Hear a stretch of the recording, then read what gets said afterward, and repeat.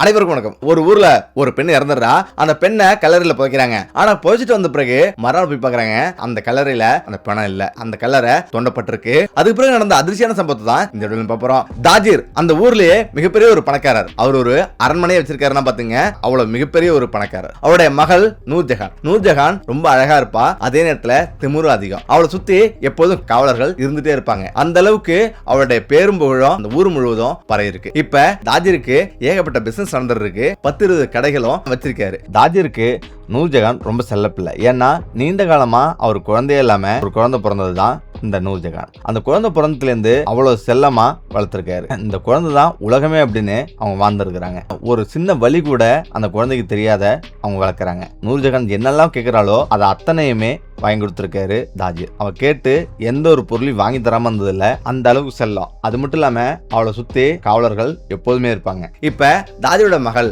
நூர்ஜஹான் எங்க போனாலும் அவளுடைய குதிரையிலேயே பயணம் செஞ்சுட்டு இருப்பா. இப்ப அவ போயிட்டு இருக்கும் போது அவளை கண்டா எல்லோரும் தலையை கீழே கும்பிட்டுக்கணும். இப்போ ஒரு நாள் அவ போயிட்டு இருக்கா, பின்னாடி காவலர்கள் வந்திருக்காங்க. இப்ப எதிர்த்த மாதிரி ஒரு பெரியவர் வர்றாரு. அந்த பெரியவர் இந்த பொண்ணு இவ்வளவு அழகா இருக்கல அப்படின்னு பாக்குறாரு. ஆனா நூர்ஜஹான் பயங்கரமா கோவப்படுறா. என்ன ஏன் அப்படி பார்த்த? அவளுக்கு கேள்வியா தெரியுதா? எல்லோருமே என்ன பார்த்தா தலை குனிவாங்க, நீ எப்படி இப்படி பார்த்த அப்படின்னு அவ கேட்கிறா. இல்லம்மா, நான் சும்மா தான் பார்த்தேன், நான் ஒரு தவறான நோக்கத்துக்காக நான் பார்க்கல அப்படின்னும் அவர் சொல்றாரு.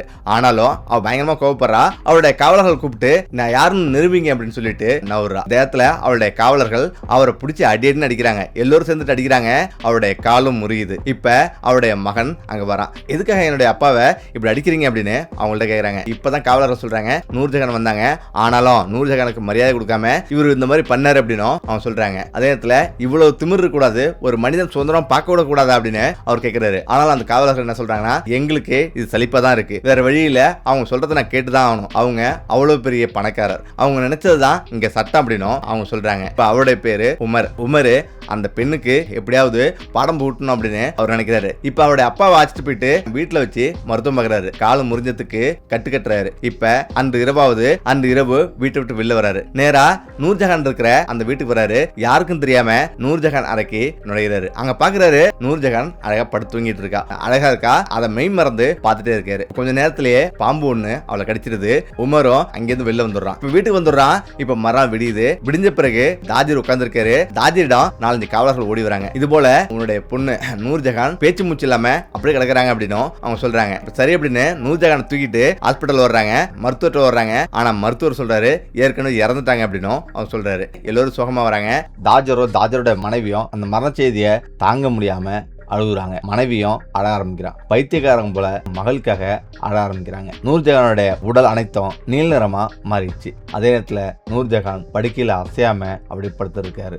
இப்ப தொழிலதிபரும் அவரோட மனைவியும் இந்த உண்மையை பொறுத்துக்கொள்ள முடியாம அழுகுறாங்க. அந்த நகரம் முழுவதும் அமைதி பரவுது. மிகவும் விலையுயர்ந்த மிகப்பெரிய ஒரு கல்லறைய வடிவமைக்கிறாங்க. மகளை அதுல புதைக்கிறாங்க. அவர் விருப்பத்துக்கு முன்னாடி அமைதியாயிட்டாரு. ஆனா அவங்களுடைய இதயத்துக்கு பொறுமை இல்லை. நூர்ஜஹானை அடக்கம் செஞ்ச பிறகு தாஜிர் அவருடைய கல்லறையில நீண்ட நேரம் அழுது புலம்பிட்டு இருந்தாரு. அவருடைய குடும்பத்தினரும் அழுகுறாங்க. தாஜிர் இரவு முழுவதும் அழுதுட்டே உட்கார்ந்திருக்காரு. அவரால் தூங்கவே முடியல. ஆனாலும் இதயம் துக்கத்தால நிறைஞ்சிருக்கு. இப்ப நூர்ஜஹானை கல்லறையில போய் அடக்கம் பண்றாங்க. இப்ப அடக்கம் பண்ணிட்டு வீட்டுக்கு வராங்க. எல்லோருமே சோகம் தனியாம உட்கார்ந்து இருக்காங்க. இப்ப மறுநாள் ஒரு காவலர் ஓடி வராரு. அப்பதான் அவர் சொல்றாரு, நான் இது போல நூர்ஜஹானோட சமாதிக்கு போனேன். அங்க போயிட்டு பூக்கள் எல்லாம் வைக்கிறதுக்காக அங்க போயிருந்தேன். ஆனா கல்லறை தோண்டப்பட்டிருக்கு. கல்லறை உள்ள வெறும் பாம்பும் தேயிலும் தான் நிறைஞ்சிருக்கு அப்படின்னு அவர் சொல்றாரு. இதை கேட்டு தாஜிர் ரொம்ப அதிர்ச்சி ஆகுறாரு. என்ன சொல்றீங்க அப்படின்னு. ஆமா, உண்மைதான். இது போல கல்லறையில நூர்ஜஹான் இல்லைன்னு சொன்னவர் அவர் பயங்கரமா கோபம் நேரா வந்து பாக்குறாரு. அதே போல அந்த இடத்துல கல்லறை தோண்டப்பட்டிருக்கு. இப்ப அவருக்கு பயங்கர அதிர்ச்சி.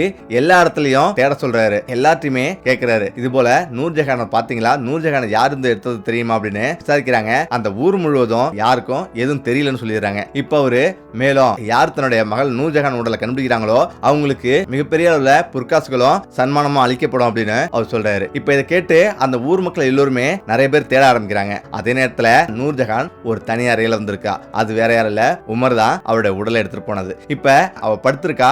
இப்ப மயக்கம் தெளிஞ்சு எழுந்திருக்கிறா. இப்ப எந்திரிச்சு பார்த்த பிறகு முன்னாடி உமர் நிக்கிறாரு. நீ யார் அப்படின்னு கேட்டு அலறா, அதிர்ச்சி ஆவரா. அப்பதான் உமர் சொல்றான், நீ ஏற்கனவே நீ இறந்துட்ட, உனது உடலை இந்த ஊர் முழுவதும் தேடுறாங்க அப்படின்னு உமர் சொல்றான். இதை கேட்டு நான் தான் உயிரோட இருக்கனே, என்ன எதுக்கு தேடணும் அப்படின்னு அவர் கேட்கிறாரு. ஆமா, இப்ப நீ இறந்துட்ட, நீ இறந்து போன உடலை தான் எல்லாரும் தேடிட்டு இருக்காங்க அப்படின்னும் அவர் சொல்றாரு. என்ன நடந்தது, உண்மையை சொல்லுங்க, நான் ஏன் இங்க வந்தேன் அப்படின்னும் அவர் கேட்கிறா. அப்பதான் சொல்றாரு, இது போல நீ என்னுடைய அப்பாவை அவமானப்படுத்தின, அதுக்கு பழிவாங்க தான் நான் அன்னைக்கு உன்னுடைய வீட்டுக்கு வந்தேன். அப்ப மந்திரத்தின் மூலமா உன்னை வந்து சாவடிச்சிட்டேன். அதுக்கு பிறகு திரும்ப கலரில இருந்து அடிச்சாங்க, பாம்பு கடிச்சிச்சு அப்படின்னு எல்லோரும் நம்பினாங்க. இப்ப திரும்பவும் மந்திரத்தின் மூலமா இப்ப உன்னை உயிர்ப்பிச்சிருக்கேன் அப்படின்னும் அவர் சொல்றாரு. இதை கேட்டு அவ கோவப்படுறா. நான் யார் தெரியுமா, நான் எவ்வளவு பெரிய ஆள் தெரியுமா, என்னுடைய அப்பாவிட சிக்கினா உன்னை கொன்றுவார் அப்படின்னும் அவர் சொல்றா. இன்னும் அவன் திமிரு அடங்கல, நீ இங்கே இரு அப்படின்னு சொல்லிட்டு அவன் வெளில போயிடுறான். இப்ப வெளில போய் பாக்குறான். இப்ப நிறைய பேரு நூர்ஜஹானுடைய உடலை தேடிட்டு தான் இருந்திருக்காங்க. ஊருக்கு ஊரு இதுதான் பேச்சு, வேற பேச்சே இல்ல. ஆனாலும் அவளுடைய உடல் கிடைக்கல. எல்லோருக்குமே அதிர்ச்சி ஆகுது. இப்ப திரும்பவும் நூர்ஜஹானுடைய அப்பாவிடம் தாஜிரிடம் திரும்ப வந்து மக்கள் சொல்றாங்க, இது போல நூர்ஜஹானுடைய உடல் எங்க இருக்குன்னு தெரியல அப்படின்னும் அவங்க சொல்றாங்க. இப்ப மேலும் 10,000 பொற்காசு அவர் அறிவிக்கிறாரு. இப்ப திரும்பவும் மக்கள் படையெடுத்து எல்லா இடங்களையும் இண்டுடுக்கெல்லாம் தேட ஆரம்பிக்கிறாங்க. ஆனா நூர்ஜஹான் இருக்கிறதோ தண்ணி காட்டுல ஒரு வீட்டுல வந்து இருக்கிறா. இப்ப திரும்பவும் 4 நாள் கழிச்சு திரும்பவும் நூர்ஜஹானை உமர் போய் பாக்குறாரு. என்ன ஏன் இங்க அடைச்சு வச்சிருக்க, நான் எங்க இருக்கிறேன் எனக்கு எதுவுமே தெரியல, தயவு செய்து நான் இங்கே இருக்கிறேன், எனக்கு எந்த பிரச்சனையும் இல்லை, ஆனா என்னுடைய அப்பாவிடம் நான் உயிரோடு இருக்கிறதையாவது நீ சொல்லு அப்படின்னும் அவ கெஞ்சிரா. இப்பதான் உமரு உணர்றாரு, சரி கொஞ்சம் கொஞ்சமா உன்னுடைய தவற உணர்ந்துட்ட, என்னுடைய அப்பாவிடம் நீ எப்ப மன்னிப்பு கேட்கிறியோ அப்பதான் நான் உன்னுடைய அப்பாவிடம் அழைச்சிட்டு போவோம் அப்படின்னும் அவன் சொல்றான். இப்ப திரும்ப அவன் சொல்றா, உன்னுடைய அப்பாவிடம் காலில் விழுந்து மன்னிப்பு கேட்கிறேன், என்னை மன்னிச்சிருங்க, நான் செஞ்சது மிகப்பெரிய தவறு தான், நான் ஆணவத்தால நான் அலைஞ்சிட்டு இருந்தது உண்மைதான், இதுக்கு மேல அந்த ஆணவம் என்னிடம் இருக்காது, நான் எல்லாத்தையும் நான் உணர்ந்துட்டேன், தயவு செய்து நான் உயிரோட இருக்கிறேன் அப்படின்னு எனது அப்பாவிடம் சொல்லு, அது மட்டும் எனக்கு போதும், நான் இங்கே இருக்கேன் அப்படின்னும் அவன் சொல்றான். இப்ப இதை கேட்டு உமரும் சரி இங்க இருந்து நீ கிளம்பு, இதுக்கு மேல நான் உன்னுடைய அப்பாவிடம் கொண்டு போய் விடுறேன் அப்படின்னும் அவன் சொல்றான். இதை கேட்டு நூர்ஜஹானுக்கு ஆச்சரியம். உடனடியா அவளும் கிளம்புறா. இப்ப அவங்க 2 பேருமே குதிரையில வந்து போறாங்க. இப்ப போயிட்டு ஊர் ஓரத்துல இறக்கிடுறான். நீ பத்திரமா போ அப்படின்னு சொல்லிட்டு அவன் கிளம்புறான். உமர் என்ன சொல்றானா, நான் உன்னை எப்ப பார்த்தனோ அப்பையிலேருந்து நான் உன்னை காதலிக்கிறேன், உனக்கு விருப்பம்னா என்னடா சொல்லு அப்படின்னு சொல்லிட்டு அவன் போயிடுறான். உமரோ அப்படி போயிடுறான். இப்ப நேரா தாஜருடைய ஹாலுக்கு மாளிகைக்கு நூர்ஜஹான் போறான். நூர்ஜஹானை பார்த்துட்டு எல்லோரும் அதிர்ச்சி ஆகுறாங்க, ஆச்சரியப்படுறாங்க. எப்படிமா நீ வந்த அப்படின்னு அவருடைய அப்பா வந்து கட்டி பிடிச்சி அழுகுறாரு. எங்கம்மா இருந்த, என்னம்மா ஆச்சு அப்படின்னும் அவர் சொல்றாரு. இப்பதான் நூர்ஜஹான் நடந்த விஷயத்த சொல்றா. அதாவது உமர்ன்றவரு என்னை வந்து காப்பாத்தி கொண்டு போனாரு, அவரு தான் என்னை காப்பாத்தினாரு அப்படின்னு எல்லா விஷயத்தையும் சொல்றான். உமரை உடனே வந்து அழைச்சிட்டு வாங்க அப்படின்னும் அவங்க சொல்றாங்க. இப்ப நூர்ஜஹான் திரும்ப வந்த செய்தி அந்த ஊர் முழுவதும் வேகமா பரவ ஆரம்பிக்குது. இப்படியான ஒரு அதிசய நிகழ்வு நடந்திருக்கு அப்படின்னும் எல்லோரும் பேசிக்கிறாங்க. இப்ப உமரிடம் உன்னை உடனே தாஜிர் அழைச்சிட்டு வர சொல்றாரு அப்படின்னு அவரிடம் சொல்றாங்க. இப்ப உமர் என்ன நினைக்கிறானா, நூர்ஜஹான் உண்மையை சொல்லிட்டா, நம்மளை தண்டிக்கிறதுக்காக தான் அழைச்சிட்டு வர சொல்றாங்க பிறகு அப்படின்ட்டு அவர் போறாரு. இப்ப அவங்க போன பிறகு தாஜிர் தனது மகளை காப்பாத்தினதுக்கு மிக்க நன்றி அப்படின்னும் உனக்கு ஏராளமான பொற்காசுகள் நான் தரேன் அப்படின்னு அவனிடம் வாரி வழங்குறாரு. இப்பதான் தாஜிரோட மகள் நான் அவரை திருமணம் செய்ய நினைக்கிறேன் அப்படின்னும் அவர் சொல்றா. சரி அப்படின்னு தாஜிரும் பேசி இப்ப உமருக்கும் நூர்ஜஹானுக்கும் திருமணம் நடத்திக்கிறாங்க. இப்ப அவங்களுக்கு ஒரு குழந்தை பிறக்குது, சந்தோஷமா வாக்கி நடத்துறாங்க. அவளுடைய திமிரு ஆணவம் அனைத்துமே இறங்கிச்சு. இப்ப அவன் சொல்றா, என்னுடைய திமிரு ஆணவத்தெல்லாம் நீ தான் அழிச்ச, ஒருவேளை நீ அப்படி செய்யல அப்படின்னா